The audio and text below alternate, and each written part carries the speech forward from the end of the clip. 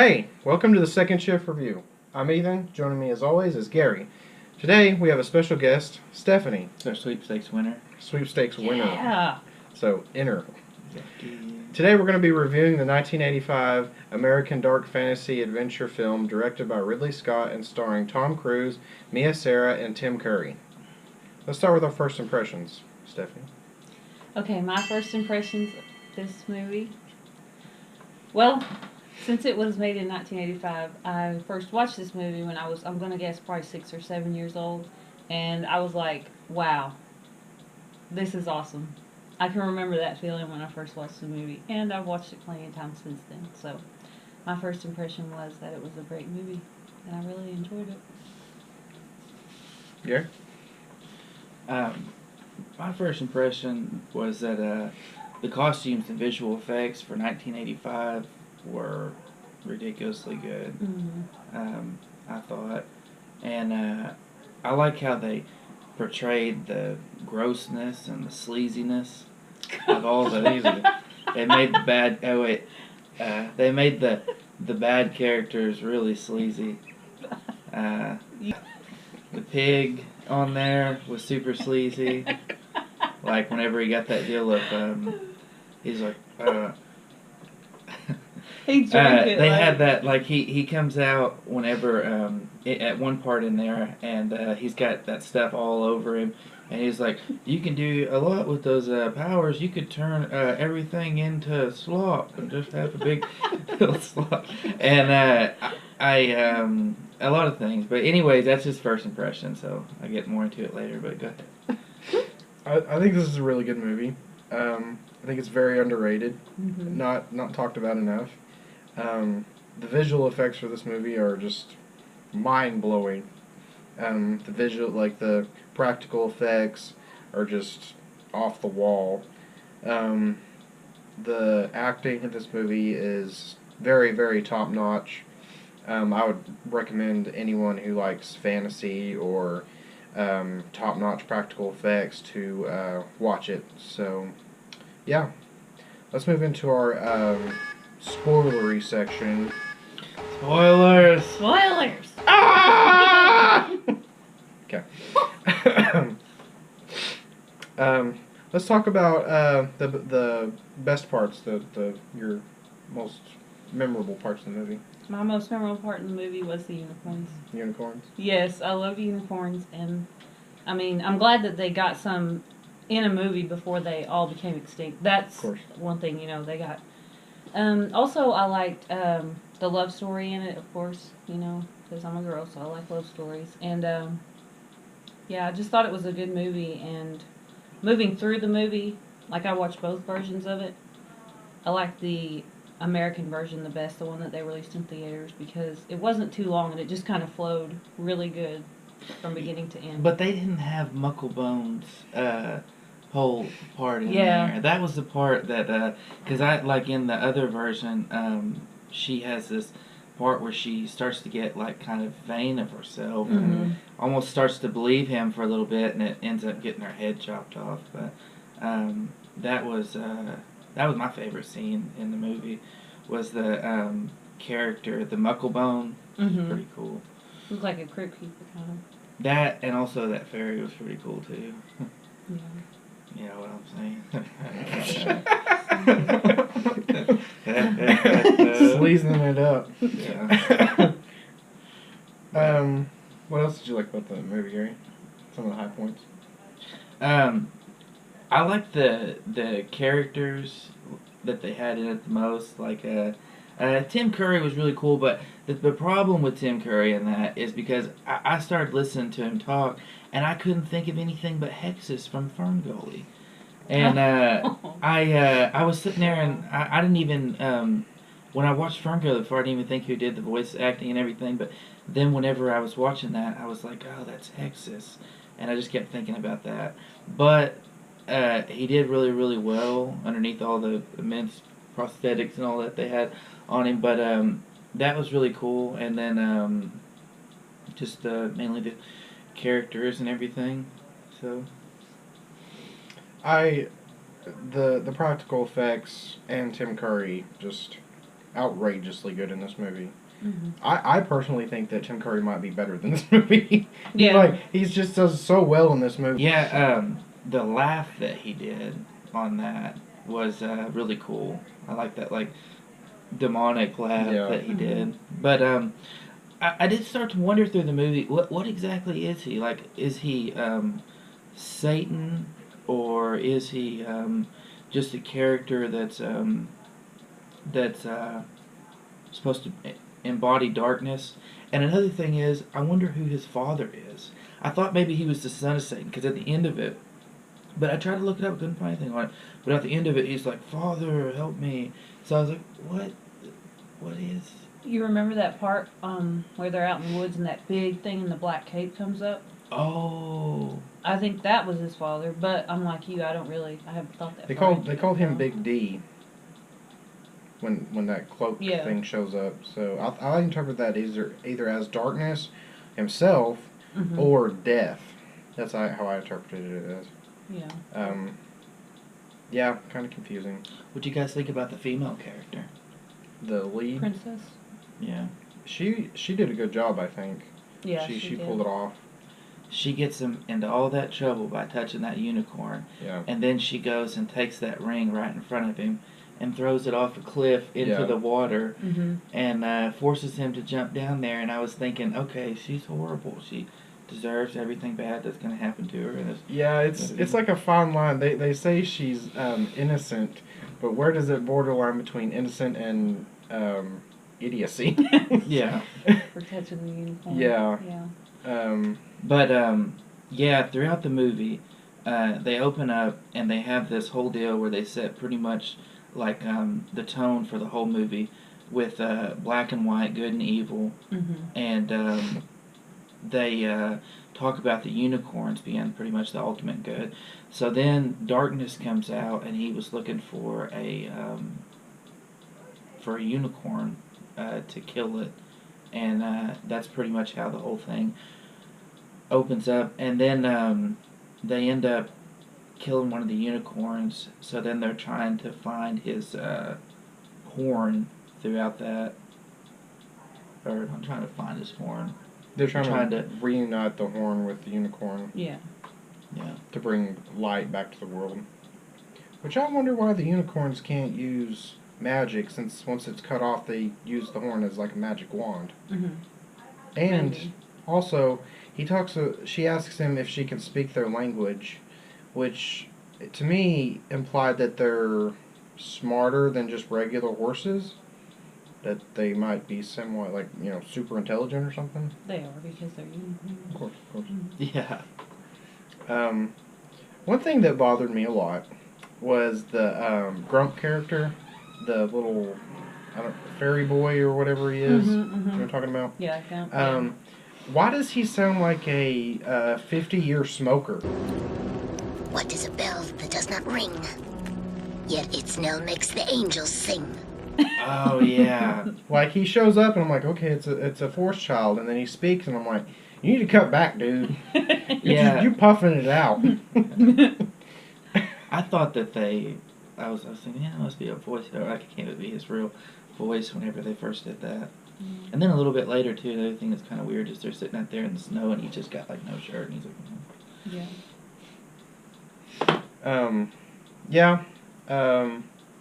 The little fairy, she's like a temptress. Una. Yeah. Yeah. She's like, let's just come with me. Mhm. Tries to lure Jack by turning into a yeah. lily.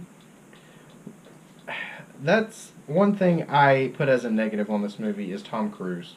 He just doesn't do it for me Aw. at all. He shows up and I'm like, oh, it's Tom Cruise. And then the rest of the movie, I just wait for him to like take the character on, and then the whole movie it's just Tom Cruise running around for me. Like, he doesn't embody the character for me. He's just Tom Cruise running around. if you're talking about things that did bug people in the movie, Yeah.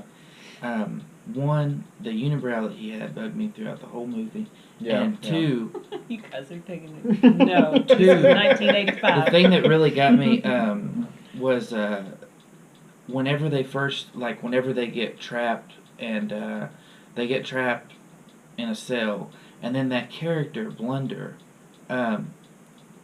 he's an elf that looks like, I mean, he has this claw hand, and he was running with the bad guys before he actually got trapped down there. So I was thinking, like, surely he was gonna double cross them whenever he finally joined up sides with them. And the claw hand threw me off because, like, this movie, it likes to portray the bad people as it'll have like slime and stuff on them, and it'll give them like physical characteristics that show what their actual character is like. Mm-hmm. Their internal matches their external. Yeah, Mhm. so I thought he was going to be kind of a two-faced kind of character, and I thought that he was going to double cross them in the end, and I was waiting for that the whole time, and I thought that would have been cool, and then they never did it.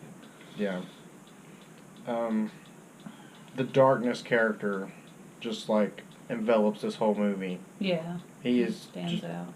I could just watch the whole movie with just darkness, Mm-hmm. and in my opinion, darkness should have just killed Tom Cruise at the very beginning of the movie. You're rooting Yeah, for I just- darkness. The whole movie, I'm rooting for darkness. I'm like, No. kill Tom Cruise, please, Yeah. please kill him. Get rid of his unibrow. There's no way he beats darkness. It's not happening.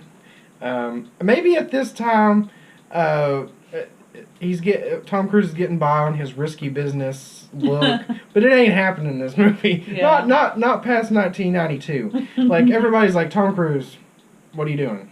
What are you doing? This isn't Mission Impossible.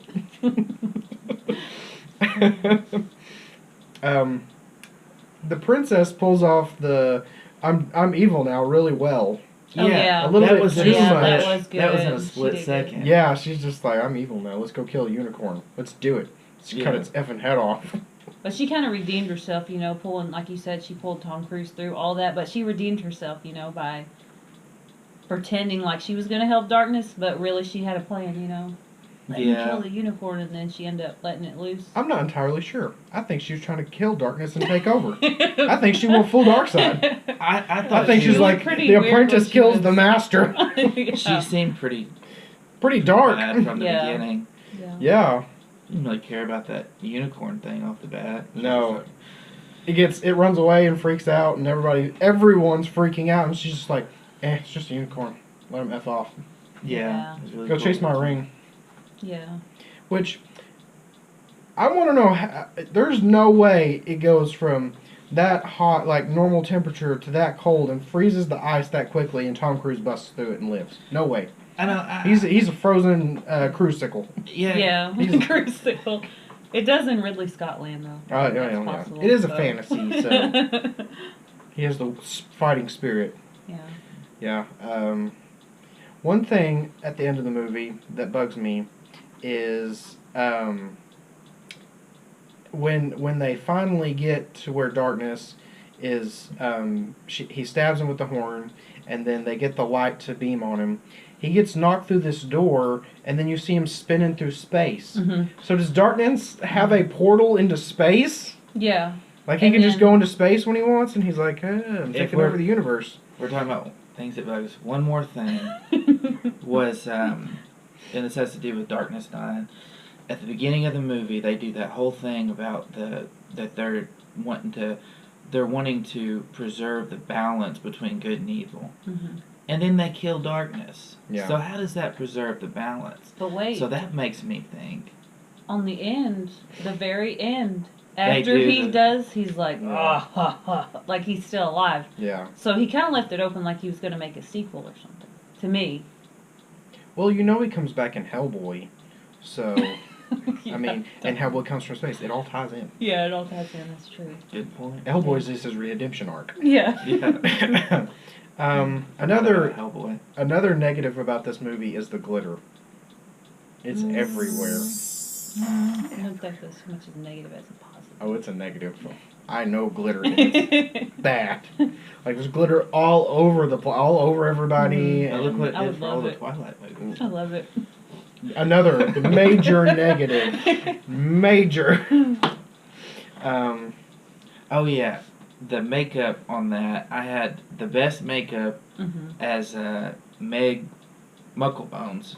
Yeah. The second best is Darkness, Mhm. although a lot Keep going. of other people would do the order differently.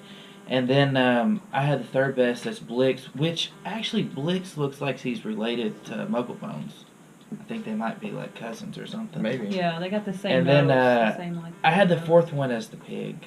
Yeah, the pig just nose. because of the sleaziness, or Yeah, the sleaziness. You can turn this whole place into slop. I love the sleazy. Yeah. And then get down in the sleazy. the yeah, fifth one I had the fairy just because yeah, it's pretty good looking. I mean, you mentioned makeup. This movie did win the Academy Award for Best Makeup Oh, in 1985, which is so. it won- deserved it. Won a couple other awards, like the Saturn For Award 30 for visual years old. effects. Yeah. 30-something.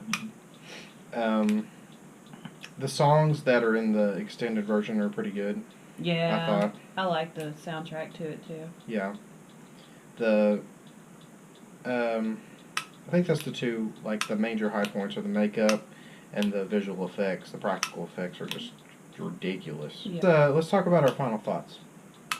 Okay, my final thoughts on this movie are, if you haven't seen it, which a lot of people I don't think have, because like you said, it's very underrated, but it is a cult classic, so I think it does have a following. If you haven't watched it, you should at least give it a chance.